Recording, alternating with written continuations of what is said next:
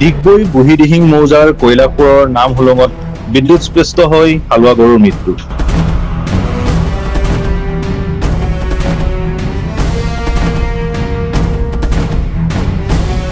পথাৰত হাল বাই থকাৰ সময়ত বিদ্যুতৰ শ্বৰ্ট চাৰ্কিটৰ ফলত মৃত্যু হালোৱা গৰুৰ।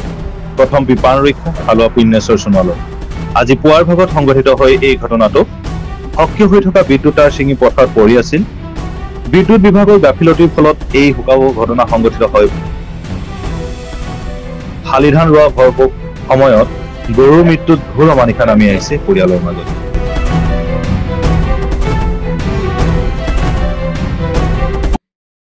বিশেষ এই ক্ষেত্ৰত চাবলৈ গ'লে এতিয়া ধৰক আমি ধৰক নিজৰ নহ'লেও আনৰ পথাৰত খেতি কৰি হ'লেও বছৰৰ ভাত মুঠি যেনে তেনে মানে উপাৰ্জন কৰোঁ।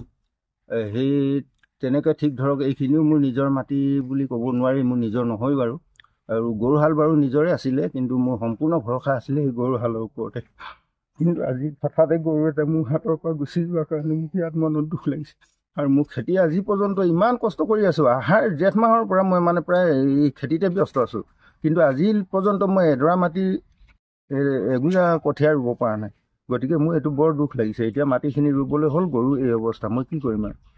গতিকে যিকোনো প্ৰকাৰে বিদ্যুৎ বিভাগেই হওক বা অন্য কিবা বিভাগেই হওক, মোক যিকোনো প্ৰকাৰে কিবা এটা সাহাৰ্য এটা আগবঢ়ালে মই নথৈ আনন্দিত হ'ম বুলি ভাবিছোঁ।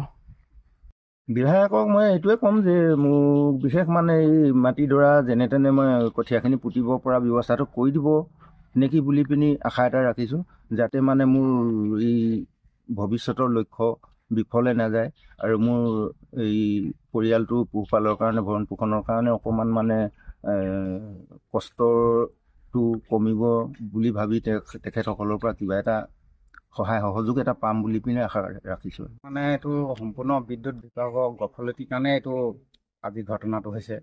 যি নেকি এতিয়া শাওনৰ পথাৰত এজন গৰুটোৰ ওপৰতে নিৰ্ভৰ কৰি চলে। তেখেতৰ এতিয়া এটা গৰু মৰিলে মানুহটো অকণমান দুখ পালে।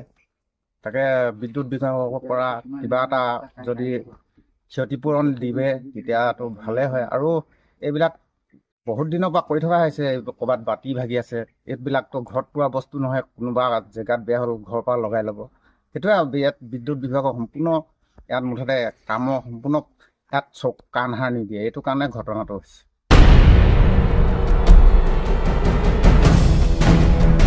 Bureau report B plus N.